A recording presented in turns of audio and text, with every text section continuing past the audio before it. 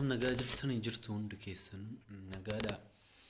Okay, ministeerri deetaa ministeera barnoota Biraanuu Naggaa qormaata manneen barnoota yuunivarsiitii keessatti akka fudhatan godhe kuni duuba isaatirraati maal qaba? Bu'aadha moo faayidaa isaatirraa guddaadha kan jedhume gara kiyyaan ilaalanii amma kaayyoo isaa dursi barattoonni akkasitti qormaata fudhachuun akka inni jedhutti walirraa koppii korrojaa waan akkasii kana hambisuufi jedha. Garuu duubaan immoo rakkoolee baay'eetu jira. Keessattuu biyyi keenya biyya hiyyummaan sadarkaa gadiirra jirtuuti.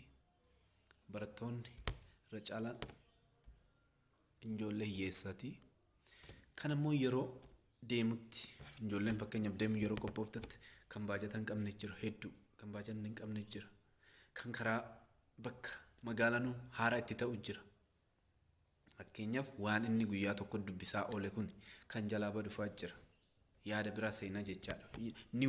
Fakkeenyaaf iddoo tokko gara iddoo biraatti gaaf deemnu wanta haaraa argaa deemna. Waan achirratti baratte sun immoo parsantaa tokko irraa affatta. Kuni keessattuu ijoolleen magaalaa jiraataniif baay'ee xiqqoo itti haaraa itti ta'uu dhiisuu danda'a. Garuu ijoolleen naannoo biraatirraa dhufanii gara baadiyyaa irraa dhufanii qormaata kanaaf imalan irratti fakkeenyaaf rakkoo fayyaatiin waan hedduu jira.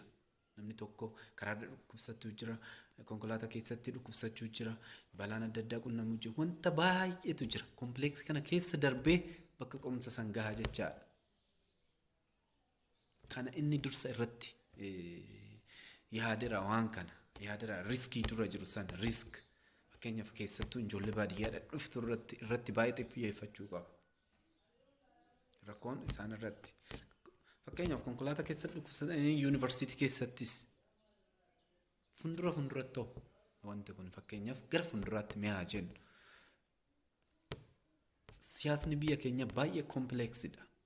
Keessattuu siyaasni biyya keenya kompleeksidha. Fuulduratti nama yaadan tokko miidhuu barbaadanii kallattii inni dhufu san irratti eeggachuu danda'an. Kunis waan tokko jechaadha. Riskii qabaachirraanis jechaadha.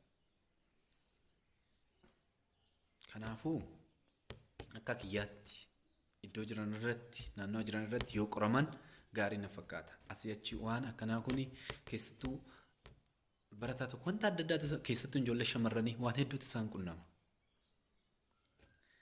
Waan hedduutu isaan qunnama kan gidduutti barataan birriin hin gowwoomfamuu jira. Dubartoonni birriin gowwoomfamanii gara biraatti seenuu danda'an jechaadha. Kun yoo diippilii gadi seenname ilaala waan baay'eedhaan diippinoo gadi seente riskii isaatirra caala benefiitii isaatirra jechaadha. Fuulduraafuu garuu waa biraatiin qo'annee waan kana qo'annee isinii dhiyeessine yeroo biraa.